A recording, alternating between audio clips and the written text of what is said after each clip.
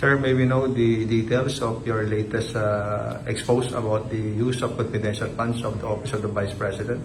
Again, we have the same basis po, no? Pero itong mga nasubmit po ng mga bagong pangalan, parang bagong lineup. Literal roster po ng lineup at kapangalan po ng ating mga senador. Meron pong Lapid, meron pong Escudero, meron pong Revilla, meron pong Ontiveros, at meron pong Revilla. At sa kaapelyedo naman po ng congressman, meron din pong Solon.